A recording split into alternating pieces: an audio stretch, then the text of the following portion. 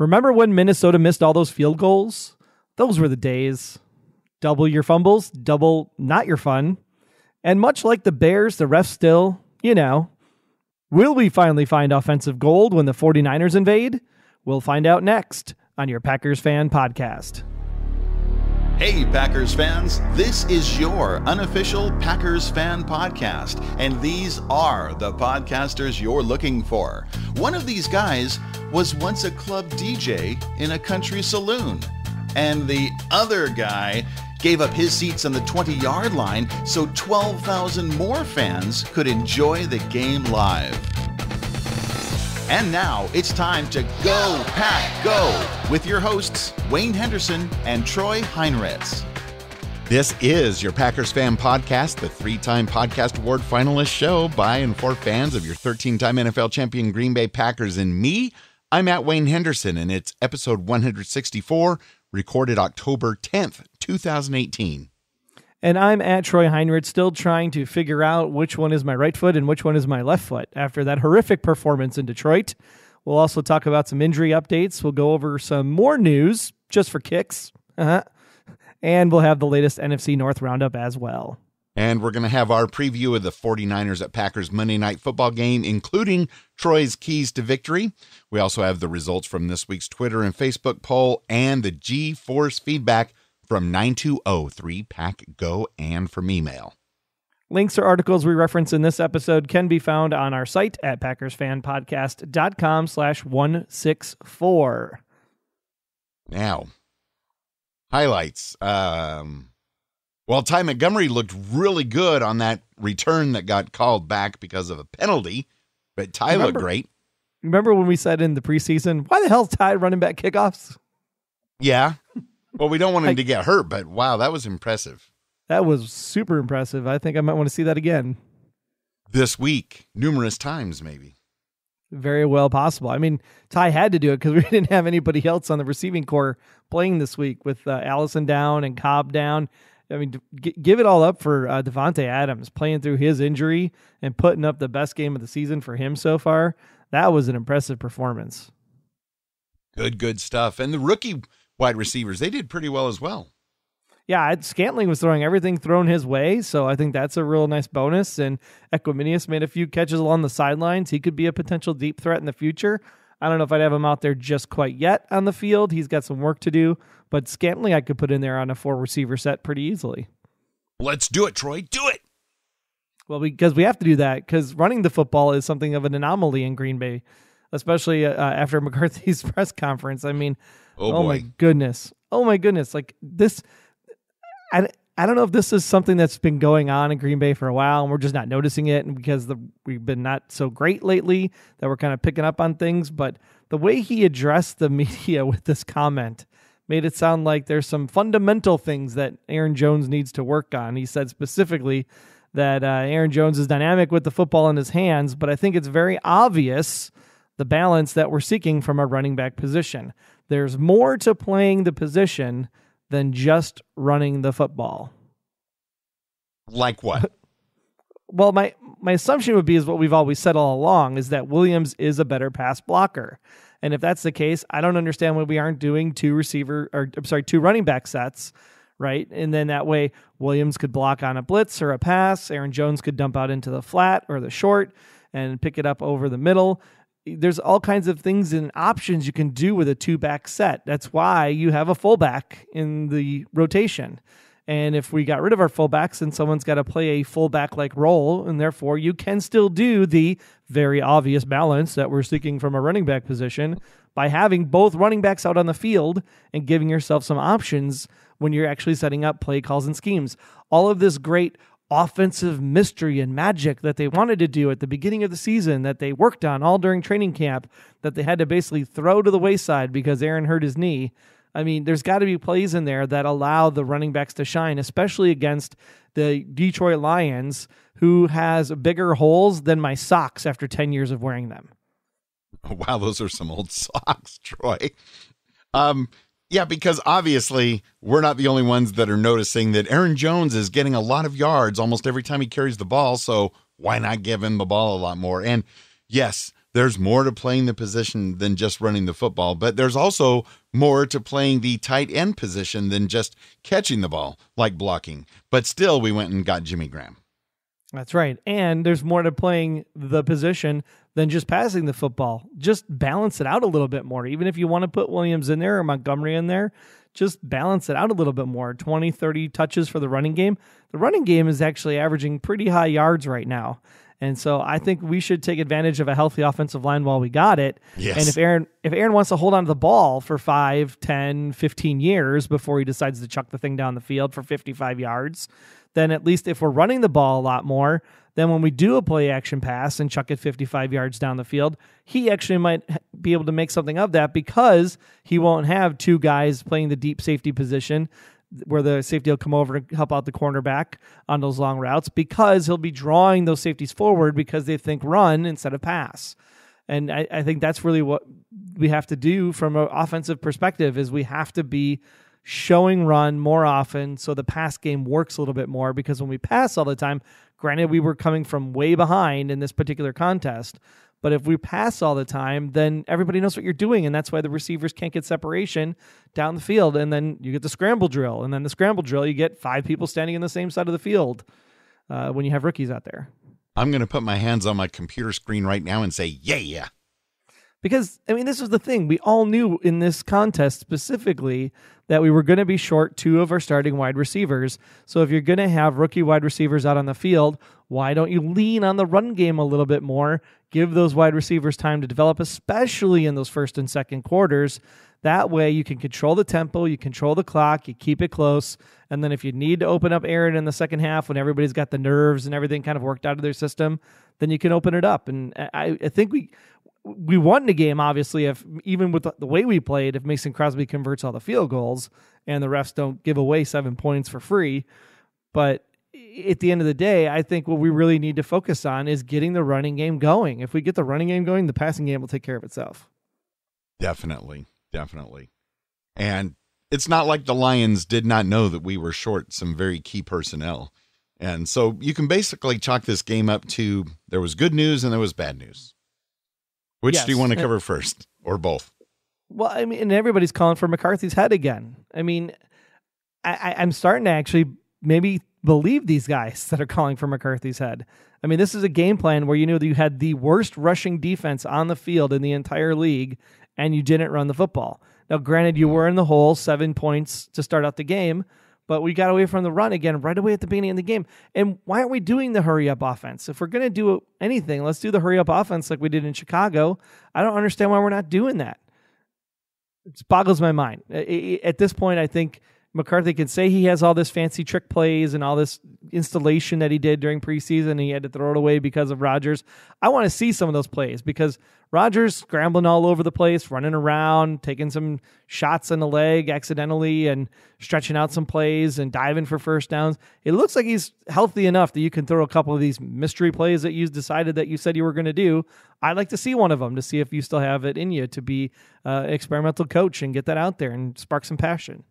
Either that, Troy, or he is saving them because he knows we're going to be in L.A. for the Rams-Packers game, and he's saving them for October 28th. Well, you know what you need to do is you need to start running the ball against San Francisco this week. Big time. You got to run the ball because you have to practice. You have to practice what a 40-carry game looks like, because that is the way that you're going to beat the Rams and beat New England Patriots, is by keeping those offenses off the field. Yeah. Keep them off the field. And I know we all love to watch Hail Marys, but I would be very happy this week if we beat up on the 49ers by running the ball 3 out of every 4 plays. Just run. Aaron Jones, run. I would be happy to see that. Yeah, because it wears down a defense, if nothing else. And if your defense is worn down by the second half, then, of course, boom, pass all day long, and you'll be able to do some really fantastic stuff on the offensive side of the football. Do we have to address the refs again? We do, because I tried to watch that playback about 25 times. I don't have a good angle on it. I can't really see. There is a case where you could say, as the ball is coming down, Kevin King raises his hand ever so slightly, and it looks like the ball changes rotation. And if that's what they're focused on, then yeah, it was the right call. But man, you got to have really good eagle eyes, even on the replay, to try to pick out that could be a possibility, because there's no clear frame that shows his hand touching the ball. It just looks like the ball redirects. And if the ball redirects, that could have been the sleeve of the Detroit Lions player. I don't know. I mean, at this point, it goes with the way our season's been going. It's just a freak accident. It's a freaky season. I mean, the Browns had 3 overtime games so far this season. Who has 3 overtime games in one season this early in the season? That's like statistically impossible. Yeah, it's not even over yet. We're barely a third of the way there. Yeah, and even the announcers calling the game were saying, it really looks more like the ball hit the Lions' hand, and the Lions were smart and wore white-colored gloves that matched our white jerseys so that you could get away with a few things, and maybe the ball actually hit his white glove and not the Packer player. And it was just at the beginning of the game, and you just got a sense after that play call that, here we go again. I was listening to it in the car on the radio, and I'm just like banging my head on the window. It's like, good grief, can we just not catch a break?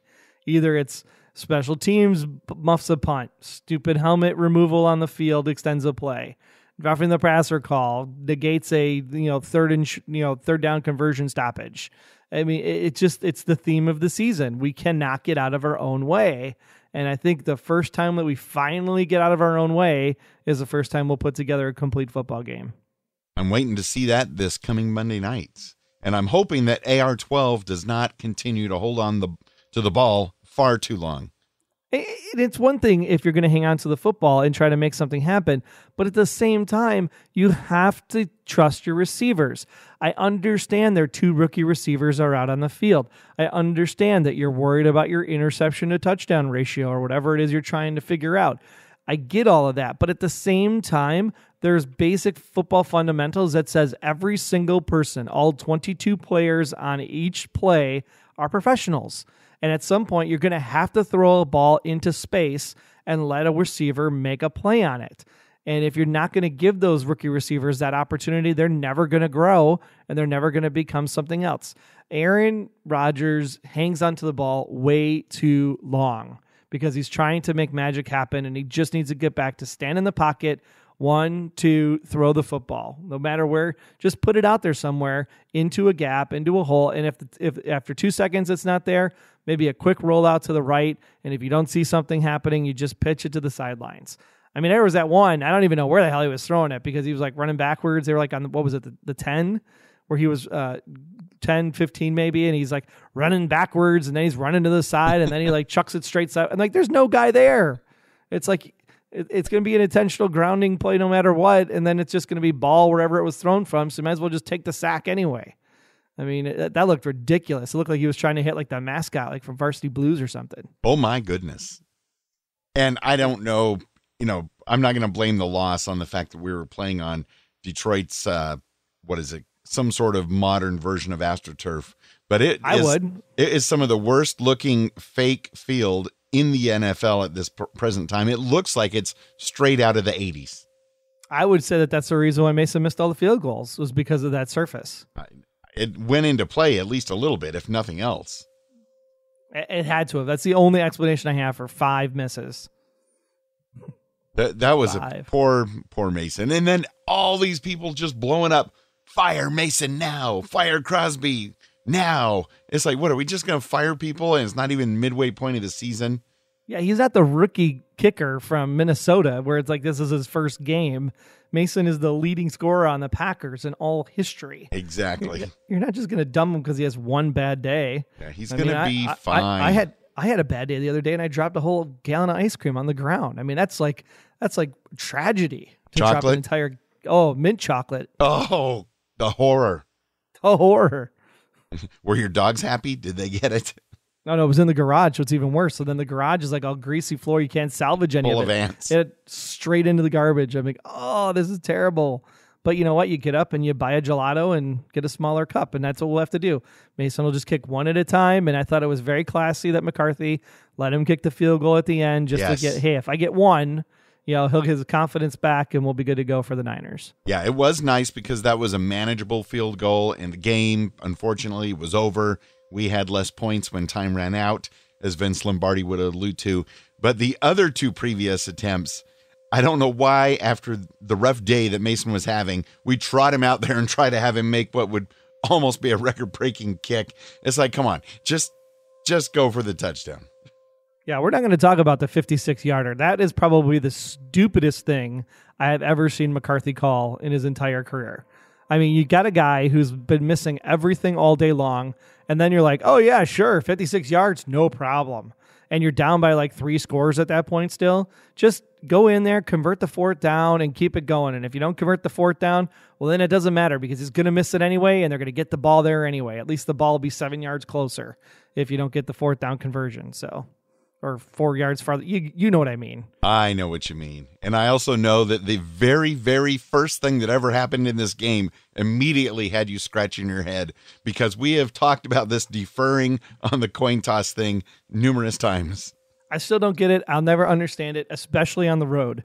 Road games especially, you don't defer. You take the ball, you stick it in them, and you shut the crowd the hell up. Yes. That is what you do when you play football. You do not defer to get the choice of wind in a dome. There's no decision. It's a dome.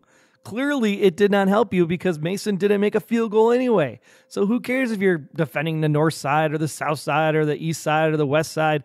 Take the freaking ball and put 7 on the board and shut the crowd up. Frustrating. Super frustrating. I don't know if you're being clear enough. What are you trying to say? Yeah. It's hard enough to win the coin toss. Get rid of the damn coin toss and just say, well, Packers are going to defer anyway, so let's just not even bother doing it. That's the... Don't give them any ideas. I don't know. Maybe it's the Texas in me. I don't know. Broadcasting live from Austin, Texas. It's your Troy Heinritz. Woo-hoo! Well, the injuries didn't look quite as bad this week, considering we were missing players, but things are looking up, I hope. Yeah, much, much shorter list as we move into the Niners game, which is really great. And it's kind of nice because being the Monday night, we get the extra day off. Yes. That gets some people a little bit extra healthier. And the best part is that if we don't have to play these guys, which we probably shouldn't have to because it's the Niners, they're 1-4. They don't have Jimmy G at quarterback anymore. I don't even know what the quarterback's name is, to be quite honest. Yeah. So we have literally the best opportunity to win a game with a depleted line. Just don't play these guys this week. Let them rest. You get the bye week, and then we crush the Rams because I'm going to be there. I like it. I like it a lot. Yeah. Who's all out there? So we got Jari Alexander with a groin injury. We got Geronimo Allison still going through the concussion protocol. There's a chance he'll be back for the Niners, I would think. And then Randall Cobb, obviously, with his hamstring issue. I wouldn't play Randall. I think Scantling did a good enough job that if Allison's good to go and Scantling's good to go, then you sit Cobb another week. And then you have Justin McCray still sidelined with the shoulder. And then, of course, Kevin King, who is all kinds of messed up on Sunday. That poor guy. What, he like stepped on his face or something? He got the stitches. I was like, what is going on out there? I was afraid to find out when he got up and was hobbling off to the sideline and there's blood coming out of his helmet. I didn't want to know where's the blood coming from. I guess it turned out to be his chin or something like that. Which it was like a laceration on his lower jaw or something. I guess that's, of all the places that blood could be coming out of your head, that's a better place than most. And the Niners have a bunch of people out injured. I don't even know who these people are, but they're out. So let's take advantage. The 3 big ones, of course, are Matt Breida, who's their running back, and then Pierre Garçon and Marquise Goodwin are their 2 big wide receivers. So that's their top 3 skill players on the Niners right now. So if these guys don't go, then it's like literally a preseason game. We should be able to crush it in the first quarter and go home. And there's even a small chance the Rams, there's people hedging their bets that perhaps they won't still be undefeated when we play them because they're playing in, I believe, Denver this week, and there's actually a chance of snow already in Denver. Oh, that would be interesting. Might be a snow game, which will change their whole formula, but we got to just focus on the Packers demolishing the Niners because if you've listened to the podcast for 8 years, I don't like the Niners, and this is as good as time as any to just get a strong victory, make a statement, and pretty much end their season. Well, and there's no way that the Broncos are going to beat the Rams. Come on. Can I get is there a TV around here? Maybe I can put up a stat. There's no way the Broncos will beat the Rams. Well, that's what I was reading online. People are like, I don't know if they should still be favorites, but maybe that's just trying to help Vegas make a little more money off of us. I guess. I don't know. Well, we have to win this one and go 3-2-1 into the bye.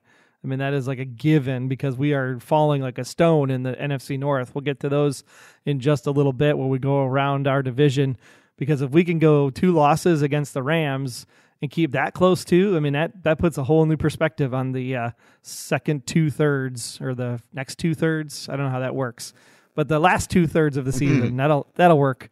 Yes. And we'll go from there. So hopefully, Denver, be a Broncos fan this weekend. That's all we're going to say. Yeah, because even I believe it's the AFC North, the team in first place is 2-2, something like that. So, whoa. But we'll worry about the NFC North. Let's check in with the listener feedback, because the Packers Fan Podcast G-Force is coming in hot this week. They gave us a call at 920-3-PACK-GO, and we've got a first-time caller. Hey guys, AJ from Washington, D.C. here. Long-time listener, first-time caller. So I just wanted to kind of, get monkey off my back today. Mason Crosby, field goals, just an acceptable performance from him. It just wasn't his game today. He's been very consistent, but today was just one of those days. I'm not so sure. If I hate him or anything, which I know I don't. I'm just disappointed. Aaron Rodgers, missed throws, just off target. I'm not so sure what's going on with the dude. Yeah, weird. First time I've seen someone getting carted off by a cut lip. Now that's something new.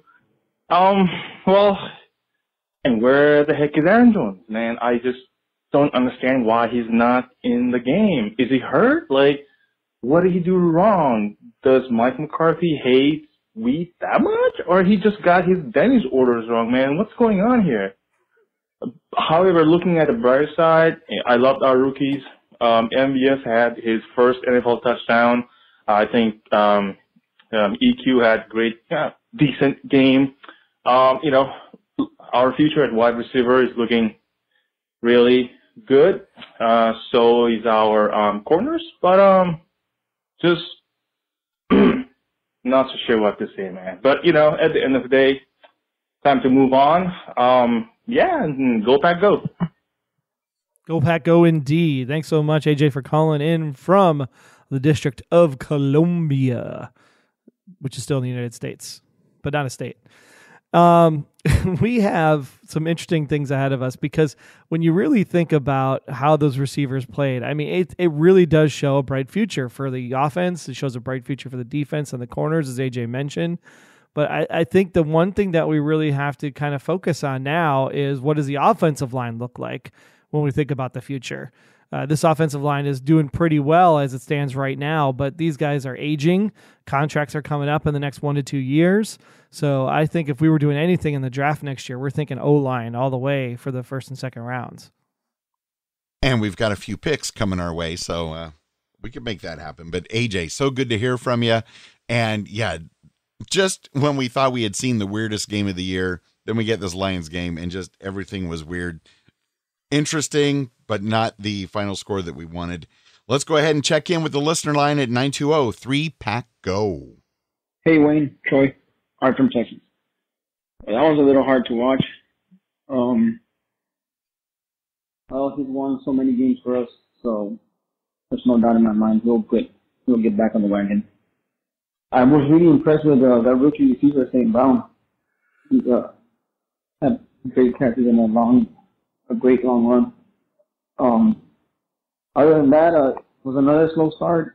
I don't know what's going on, and I don't know what the defense was in the first half. I know they make adjustments in halftime, but come on. But hopefully we'll get Cobb back soon, and Allison's back soon, and hopefully the whole team can get back on the same page here. Aside from that, green and gold, and I'm betting gold. Bye. Go Pack, go Art. Thank you so very much. And that was one way to describe that game. Hard to watch. And the halftime adjustments after we dug such a big hole is just hard to overcome. But I totally agree. Mason's going to be back. Things are going to be fine. And we're going to get some of those stars back as well. It's going to get a lot better. I got a novel idea. Ooh, let me take a note here. I'm sitting down. You know how we script the first 15 plays? We've always heard McCarthy say that. We script the first 15 plays. Right. Let's just not do the script next time. Just don't script it at all. Just call whatever play comes to mind than that first play. Because if we throw out the script, the first play on there is defer the coin toss. We can get rid of that right away. Yeah, scratch that. But if we're so sluggish out of the gate, let's just throw the 15 plays out early. Just toss them to the side and just look at the schemes. Let Rodgers has played long enough. Let him call the plays himself from the line. Yeah, Bart Starr used to do that. He sure did. And he got 5 titles. Sure did. Just saying. Oh, good stuff. Checking in now with Andre right here in LA. Well, I'm about an hour and a half away, but here's Andre. Hey guys, this is Andre in LA. This was a brutal one to watch again. I mean, after a solid performance last week, this week, really all aspects of the team looked out of sync. Offense was out of sync until Rodgers caught fire. Devontae Adams, he had a great game. Very impressed, but this was a rough one to watch. Crosby, man, love you, guy. We'll give you another week or so, but man, whew, you hurt us today. Again, still not sticking with the run. I understand we were behind most of the game, but 7 carries? I mean, come on. I don't know why we put so much on Rodgers. He's a great player. Maybe he's starting to make mistakes because it's too much pressure on one person. I just love the podcast. Love to hear what you guys have to say. It's still green and gold, so I'm dead and cold, but this is a rough season. I hope we are not one of those franchises that basically like the Colts wasted so many great years of Peyton Manning. It feels like we're wasting so many great years of Aaron Rodgers. And it's really disappointing to see. Love the podcast. Love to hear your thoughts. Andre in LA. You got to go back, though, Andre, to go back to, all the way back to 11, to 12, 13, almost made it in 14. We were in the NFC Championship game again in 16, I believe it was, against Atlanta. So we've not squandered. The people that say we squandered Aaron Rodgers, we've been in the thick of it. You can't get back to the Super Bowl every year. That is a tall order. And there's only 2 teams in all of, 3 teams, I guess, if you count the Packers back in the, in the 50s or so. But it's a tall order to do because, or I guess maybe the Bills would be the 4th, but they didn't actually win the Super Bowl. So, but at the same time, it's really difficult in the current scope of the league and the game and the salary cap and all of that stuff to get back to the Super Bowl on a regular basis. All I just want to do is on a Sunday afternoon, I want to be entertained. I want the game to be good. I don't want to feel like I wasted my afternoon, and I want to get in the playoffs so that I can watch football in January. I mean, that's a successful season to me. Even if we lose in the wild card or we lose in the division round, that's fine. We made the playoffs. We've had a really successful year, in my opinion. The biggest thing, like McCarthy always says, I hate to quote McCarthy, but it's like win the division. I just want to win the division. I want to be better than the Bears. I want to be better than the Vikings. If Detroit can get a win out there, I feel bad for those people. So let's just go ahead and if Detroit actually wins the NFC North one time, give them a pat on the back and say, hey, good job. You finally came back to the big leagues. But we got to finish higher than the Bears, higher than the Vikings in the standings, and make the playoffs. And don't waste my time on Sunday. I felt like I wasted 2 of my 3 hours on Sunday afternoon. And it was brutal. It was just frustrating. I mean, people are actually commenting on my Facebook. I just updated my cover photo and my profile picture. And when you look at it, it looks like I'm giving the like, oh, really, Packers? Really? Because I put a picture of the atrium up on my cover photo, and then I have like this like looking up. It's actually me looking up at a bird picture behind me. And I'm like, stay there. Stay there, bird. Stay there, bird. That's what I was saying because I was eating breakfast actually, that you couldn't see the picture. But yeah, people are like, oh, there's Troy. He's just like, oh, really, Packers, really. But I did feel like that between the lines. I did feel like that on Sunday. I'll be honest. I felt like I really could have folded laundry or made a birdhouse or cleaned my garage. I don't know. Bought Fall's ice coming. cream. I could have gone to the pumpkin patch. But I'm with Andre. Super Bowls. And yes, it's great. We do need to win the division, win a playoff game or two. But I really think it's hard to get to the Super Bowl, but I really thought we'd be in there a couple more times. I know as Packers fans, we're jaded. We're spoiled. We've had so much success for so long. So I don't know what the answer is. All we can do is move forward. The season's definitely not lost. I mean, there's only one or two undefeated teams, and they're all easily catchable. And so wasn't there some weird stat that I saw that you put up, Wayne, or maybe it was somebody else in the group that said that over the last 3 years the Packers are a 500 football team? Somebody else did post that. I forget exactly who, and I'm sorry. And you do have, obviously that was Brent Hundley that contributed to a bunch of that too, because Rodgers was out last season. But still, I mean, ever since that 2014, Brandon Bostic debacle, we just haven't been the same team since then. Even though we were back in the NFC Championship game once in that stretch, and almost knocking on the door 2 other times. That's a good point. Which reminds me, in the game, the announcers were talking about, last year the Lions swept the Packers. Yeah, they swept Brent Hundley and the Packers, which is still not acceptable, but it's not quite the same. And it was technically Mason Crosby in the divot play that caused Detroit to win on Wisconsin soil for the first time in 21 years. So maybe it's just Crosby can't play against the Lions. Maybe that's what it is. Well, then who are we going to have kicking for us when we get the rematch? We're not going to kick. We're just going to score touchdowns, because that's been our biggest problem this season too, is that our red zone conversion, our production at that end of the field has been abysmal in comparison to what we did. And I thought we got Jimmy Graham for this specific reason, was to score touchdowns in the red zone. Where's Jimmy Graham been in the game plan? Fine question, Troy. So, Andre, thanks again for your call as well. Let's check in with this week's Monday poll on Twitter and in our Packers Fan Podcast Facebook community group at PackersCommunity.com. Obviously, we aren't firing Mason Crosby. So what seems to be the problem? And of course, this is kind of a hypothetical question because none of us know. But at the same time, 86% of the people that voted said Mason Crosby just needs to find his mojo. He's going to be fine. 4% of the voters think that it was his shoes. No. He changed his shoes, remember, during the game, and he still missed it. So it wasn't the shoes. And 6% said something to do with the holder. All 3 of them said the mechanics look good for them. So either they're all delusional or it's all fine there. And 4% of the voters said that the turf came into play. Ding, ding, ding, ding, ding. You guys are my friends. I like you. And Mason Crosby will get his mojo back. I'll also put in the write-in vote that they need to spend more time thinking about football and less time thinking about the Bose partnership ads on Instagram and making all kinds of weird Instagram stories and posts and stuff, and just focus on the football game. Just saying. There does need to be a bit more focus on football. I mean, I know they say they do all this on their day off, but yeah, I don't even watch those. And I love Bose, but I'm not going to watch those things. The Aaron Rodgers agent commercials, those are so bad. Like, why did you go away from Discount Double Check? At least that was funny. Exactly. Focus. Some replies that we also got in addition to your fabulous write-in vote, Troy.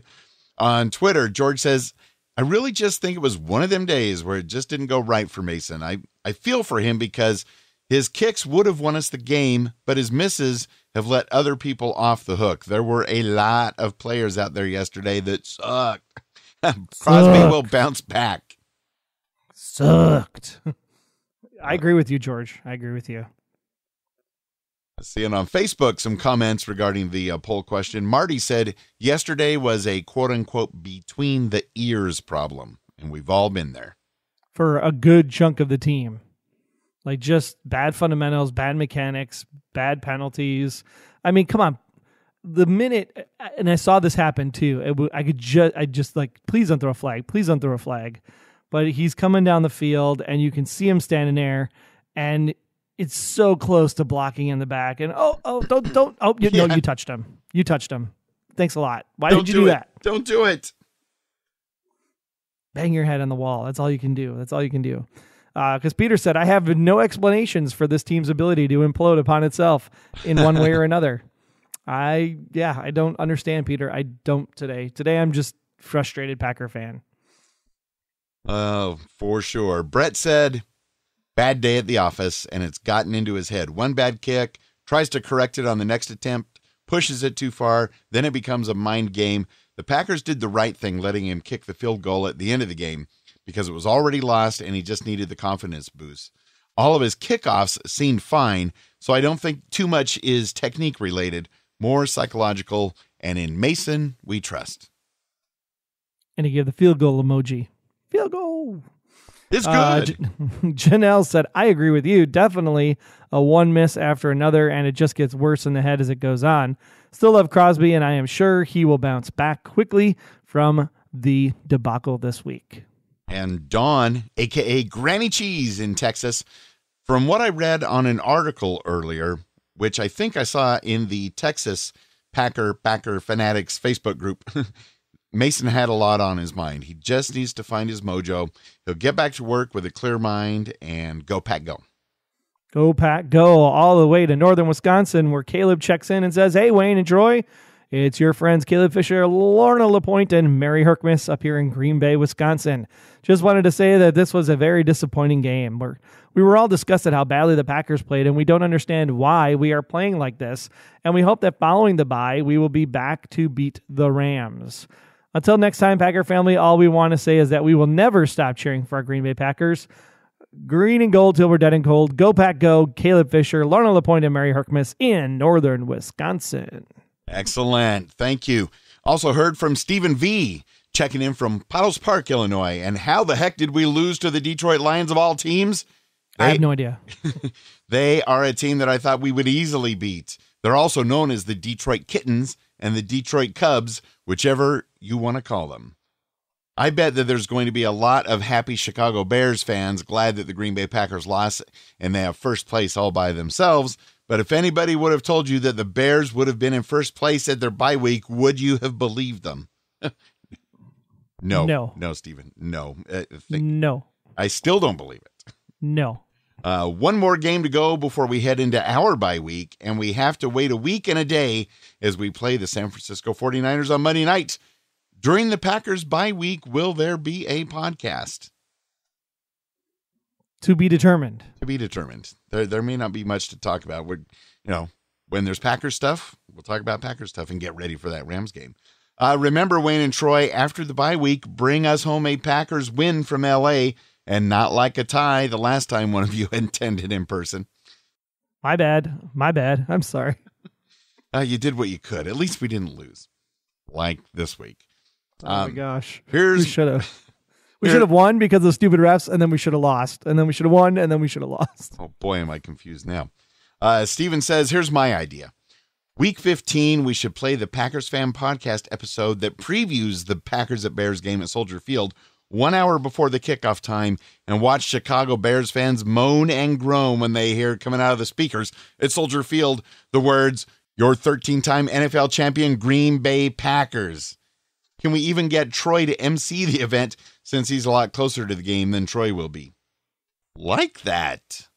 That would be a fun time. I would take the charge if they asked me to come down. And, bring in your iPod or iPhone and plug it in and just blast the Packers Fan Podcast. I could be the special boy guest announcer that they do. Yeah. Do it, Troy. Do it. Announce the starting lineups and then just be like, hey, and it's a 13-time NFL champion Green Bay Packers. Go Pack, go. And another Packers first down. That's what I want to hear. Steven wraps up by saying, I know you say the feedback is your favorite part of the podcast. Is there a least favorite part of the podcast? Is it when you have to talk about a Packers loss? No, we did a lot of that last year. So obviously we came back. So that's not the worst part. That's true. Even the Brett Hundley months, we were there week in and week out. Green and gold till dead and cold. Absolutely. Thank you very much, Stephen V. Also, be sure to check out PackersCommunity.com, our Facebook group. There's conversations going on right now about Mason's misses, AR-12's support of Crosby, some fun shots at the Bears, and more general green and gold goodness. Again, it's all at PackersCommunity.com.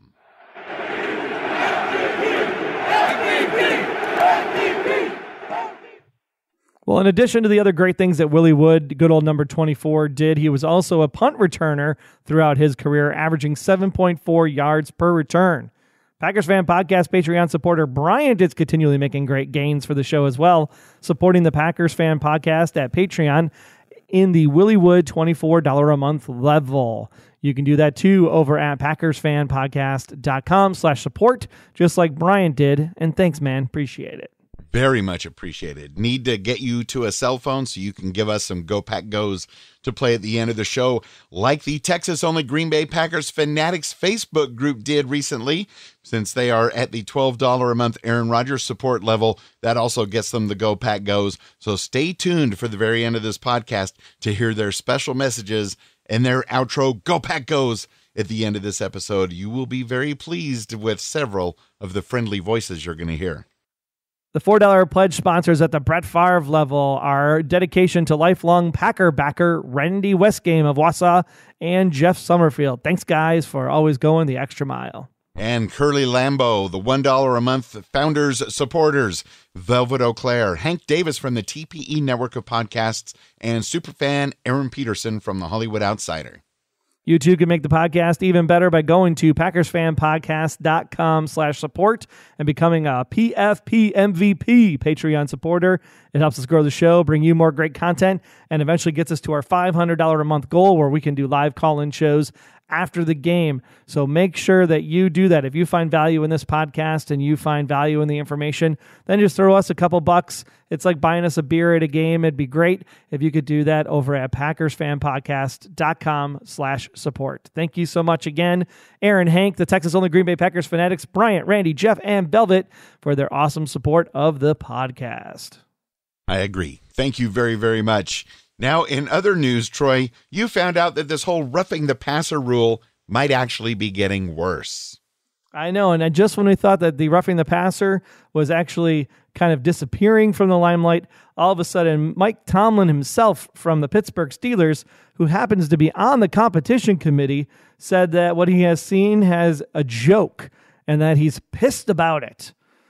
Don't write off Tomlin's words in emotional post-game rantings because he is upset because there have been 11 flags thrown for roughing the passer in Week 5 alone, despite the clarification issued September 27th that was designed to address a spike in the penalties before Week 4. The surge of calls brought the NFL season total to 50 flags for roughing the passer, including those that were declined or offset. A 72% increase from last season's numbers through 5 weeks. Holy cow. In 2015 through Week 5, there were only 28 roughing the passer calls. In 2015, there were 103 roughing the passer calls for the entire season. In 2018, guess how many there are? Probably that many already. And half of those belong to Clay Matthews. 166. Whoa! Is what the projection will be at the end of 2018. 166 versus 103. And in 2016, it was actually even better. It was only down to 92 for the entire season. So at the rate we are going, we will end the 2018 season at 166 roughing the passer penalties if the trend continues. This is just a debacle, a disappointment. And this is, again, granted, we complained about it because Barr fell on Favre, but that was the whole point. It was about the body weight issue, and it was about it wasn't about trying to change the way people get tackled. It was about just be more cognizant of your body weight on the person as you're going to the ground. And if you make an attempt to roll off, it's fine. But if you're not making an attempt to roll off, then sure, go ahead and flag it. I thought the clarification was very clear and very good. But the fact is that the rule still states that if the referee says, well, I'm not sure it's a roughing the passer call, they have to call it a roughing the passer call because that's what the rule states. So we need to revise that rule in a heartbeat because, man, we are seeing some crazy crap out there. And this is the officiating in general this season has been abysmal. Like, I don't know if they're not getting enough training. They're finding people off the streets because no one wants to do it anymore because they get knocked over on the sidelines. I don't know what's going on, but the rest this year are terrible across the league, not just in the Packer games. I know. It almost makes you long for the days of the replacement refs and the Fail Mary and all that nonsense, because this is just as bad. And and it's fine if you want to, if this is the thing you want to do. If you want to stick your stake in the ground and say this is roughing the passer, we're going to have 166 calls by the end of the season, then change it from a 15-yard penalty to a 5-yard penalty. The fact that it's a 15-yard penalty is friggin' ridiculous. There shouldn't be that big of a gain on something that's a standard tackle just because the guy accidentally fell on top of him. He's not trying to hurt him. It's not like it's a personal foul, like it's 15 yards. We should just make this a 5-yard penalty, and then people probably won't lose their minds as much about it because you're not giving automatic first downs when it happens. Yeah, basically sending people on their way to a free touchdown, something like that. An interesting story came out from Packers.com this week. The Green Bay Packers and Lambeau Field are going to be offering standing room only tickets for the remainder of the season, and of course offering them at a price. The Green Bay Packers have announced they have a limited amount of standing room only tickets available for the remaining games at Lambeau Field this season, starting with next Monday's game against the San Francisco 49ers. The tickets are priced at $107 each, plus applicable taxes, and they allow fans to stand in the area behind, sections 432 and 442 on the fourth level of Lambeau Field's south end zone. You know how every seat at Lambeau Field is a season ticket going back to like the 60s. This is a chance to buy a ticket at face value and get to watch the Packers. I mean, you'll be standing, but hey, concession stands and restrooms are readily available in the concourse area, and the Shopco Gate is the recommended stadium entrance for the standing room only tickets. And we'll link to this article in our show notes, as well as the article about the fabulous Roughing the Passer rule article. It's all going to be at PackersFanPodcast.com/164. And the great thing about tickets is that even though the Packers are sold out, there's still StubHub, NFL Ticket Exchange, theticketking.com, all kinds of places to get tickets, because one thing that happens when the Packers look like crap is that the ticket prices drop like a stone, especially when it's a Monday night game, and especially when the Milwaukee Brewers are in the postseason. So if there was ever a time that you wanted to go to a Green Bay Packers game, I found seats on NFL Ticket Exchange for under $100 for Monday night's contest. Yes, under $100. So if there is a chance that you wanted to say, I want to go to Green Bay, I've never been to Green Bay, I want to go to a game, you could stay at Lodge Kohler right there in the Titletown district, or grab a place in Appleton. Come on up for Monday night. Monday night is a blast up there. It is totally a fun time. I found tickets that were actually 2 rows in front of where my seats are that were going for only $50 more than face value, which never happens. Those seats go for like $350. So if you want those seats to sit right there on the 45-yard line behind the Packers bench, I mean, Monday night is a time that you want to snag up one of these tickets in the NFL Ticket Exchange or StubHub, because prices are dropping like stones. It's crazy what I almost thought about buying tickets because they were so cheap. Just to have them, not to use them. No, to actually go to the game because they were so cheap. Like, I'll take another day off of work. It's fine. Yeah, what the heck? That's kind of amazing because the Packers, granted, we're not playing great, but hey, we're not horrible. We are winning some games. It's got to have something to do with the Brewers, that's where they want to invest their time and money right now. Ride that wave. Well, and the other side of the coin, if you're really, really interested in totally getting the full Lambeau Field experience, you can actually go and grab a suite. Yes, they have suites still available yet for a few games later this season. I can get you in contact with the guy that actually sells the seats. If you need the information, you can hit me up on Twitter. That's at Troy Heinritz. Just shoot me a tweet, say, hey, I'm interested in buying a suite.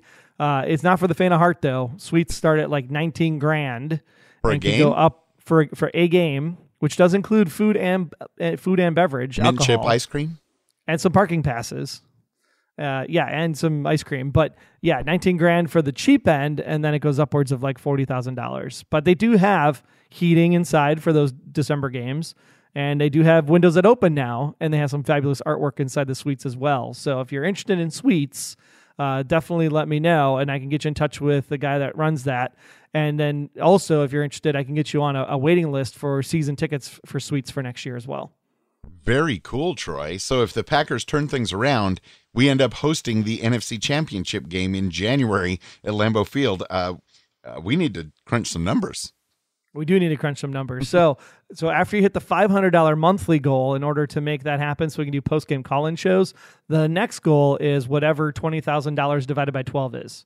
That's our next monthly goal, to buy a suite for the Packers Fan Podcast community. That would be awesome. Can I get a Go Pack Go? Go Pack Go! Oh my gosh. All right, let's move on to the NFC North notes and head around the division. Well, we know that the Lions are who we thought they were. They're just definitely better with Kerryon Johnson and a defense that has so many holes in it that Swiss cheese would actually be jealous. But sadly, we beat ourselves last Sunday, not the other way around. The Detroit Lions still are not a good football team, so I don't think we have anything to worry about from them in the future. Now, the Bears, however, just when Mitch Magic was starting to warm up the place, they decided to take the week off, cruise into first place. The question will be, will the magic continue to work into week 6? We'll have to find out this weekend. Since the Pack is on Monday night, you can go ahead and watch the Bears on Sunday. And oh, how I hate the purple and gold. Oh. I hate the Vikings. Let me count the ways. Somehow the Vikings come back and win the game last week, moving the Pack all the way into third place. Wah, wah. They did it against the Super Bowl champs nonetheless, and they did it with improved defensive play and a way to combat the Philly run defense, all without Dalvin Cook. So Dan Bailey also made 3 field goals in that game, so that's another thing to rub it in our face. And, props to them, whatever. It's not going to last. The wheels always come off. But I think it's safe to say that the Eagles are not necessarily going to be a threat as they were last year. Something's not the same. I do not think so. No, it's definitely not the same. You can find all more details about all of this stuff we talk about on the show over at PackersFanPodcast.com/164, including our keys to the game to beat the San Francisco 49ers. And, of course, number 1 is take care of the football. No stupid penalties, no stupid mistakes. We must not beat ourselves this week because the 49ers, after losing Jimmy G, are spiraling out of control. And they have no offensive weapons whatsoever. And we have an improved defense, so we should come out of this with a very easy W. And we need to make that happen. Number 2, it's the same old, and we mean old fogies at those skill positions. You've heard because they're on the injury report. But that means that they can also make plays that rookies can't. So we need to match up well against the likes of Garcon and Goodwin and make them one-dimensional and let our improved run defense shut down Matt Breida and Alfred Morris. Thirdly, we need to control the clock. We talked about this already with Aaron Jones. I know this was number 3 last week, but this is what we call a practice. Monday night, people, practice. Because we need to know how much clock we can control before we go to LA and New England post-bye week. This should be a 100% run fest and a clock management game to see how we can install that for after the bye week for the Rams and the Patriots. Timeout. Timeout. Mike McCarthy with the ill-timed timeouts. Clock management. Because I hate when they use timeouts in the second half. Aaron Rodgers has to get rid of the football and look for the undercut passes to the running backs, not the deep ball 20 yards down the field all the time. 5-yard pass play is good enough, especially when you string 20 of those along in a row. Just saying. And finally, number 5, pressure the quarterback. This is one spot where we should dominate this game. Mike Pettine's crew wants to shine. Well, it's finally time for them to really show what a beatdown looks like when the Niners are beat hard. Get it? Beat hard? Because that's the quarterback's name. Is it? I can't even keep track anymore with the Niners. So whoever has that ball behind center, take care of them. But don't rough the passer. Don't get a flag. Oh, it definitely should be a W. Should be a W. Well, spoilers. We're going to have our predictions later. 5,000-2. I would not mind a 49-0 shutout, just to really drive home that statement. Agree. The official Packers dope sheet is out, put out by your Green Bay Packers. 49ers at Packers, and of course, that is also linked at PackersFanPodcast.com/164. Your 2-2-1 Green Bay Packers are back home hosting the 1-3 Niners on Monday Night Football. This is the 26th consecutive season that Green Bay is appearing on Monday Night Football, and the 5th time in the last 6 seasons the Packers have played at Lambeau on Monday Night Football. I like that. We all get to see the game as long as we can get access to ESPN. The Packers lead the all-time series with the 49ers 35-30 with a tie. Again with the ties. And we do have a 4-3 record against them in the postseason. And we have won 10 of the last 12 regular season matchups against the 49ers, including 6 of 7 at home. So this is looking good. Notable connections, Packers head coach, for the moment anyway, Mike McCarthy. He was San Francisco's offensive coordinator back in 2005. And Packers linebacker Clay Matthews, his grandfather, Clay Sr., played for San Francisco for 4 seasons in the early to mid-50s. So check out all the other stats they've got in the dope sheet at PackersFanPodcast.com/164. Now, let's see if we predict a victory. And Troy, let's just say as far as the Lions-Packers predictions, let's just say you're closest and have you go ahead. All right. I'm thinking that we're talking a 7.5 point underdog. The Niners are. I'm going to go with Green Bay 27, Niners 17. Whoa, that many. 10 point win. 27-17. Okay, we'll make a note of that. And unless the Packers win 49-0, I'm actually going to predict Packers are going to get 31 and the Niners are going to be lucky to get 10 points. It's going to be a 21-point victory. That doesn't necessarily mean we are all of a sudden an amazing team, but it will be a confidence-boosting test, and if we run the ball like you say we should, we will win 31-10. So we are both in agreement that that will be the under then, because the over-under is set at 46.5. Really? Interesting. Yeah. I wouldn't think they'd have that for this game. Okay. So if you're playing the over-under, take the under. And if you are playing the spread right now is at 9.5. So 9.5. So me with the Packers at a 10-point win would tell you to take the Packers in this matchup. Nice. Go Pack Go. Ride that to victory.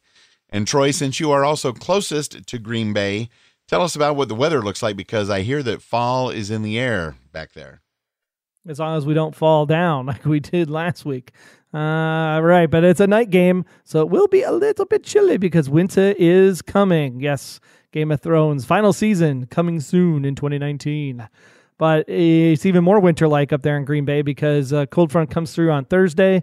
It's going to dip down, and by Monday night, no more rain in the forecast. But man, chilly, 3 degrees at kickoff.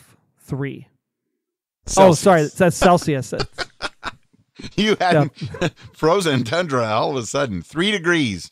But that's 37 degrees Fahrenheit. We do have many international fans that would instantly know what 3 degrees Celsius is, and I don't know if they want to play football in it, but 37, they'll get warmed up as they run out there. The fans in the stands may get chilly, but drink more hot cocoa. You'll be just fine. If you do buy those under $100 seats, those are nosebleed seats, so it'll be windy up at the top of the stadium, so make sure you dress appropriately because it will be a cold one on Monday night.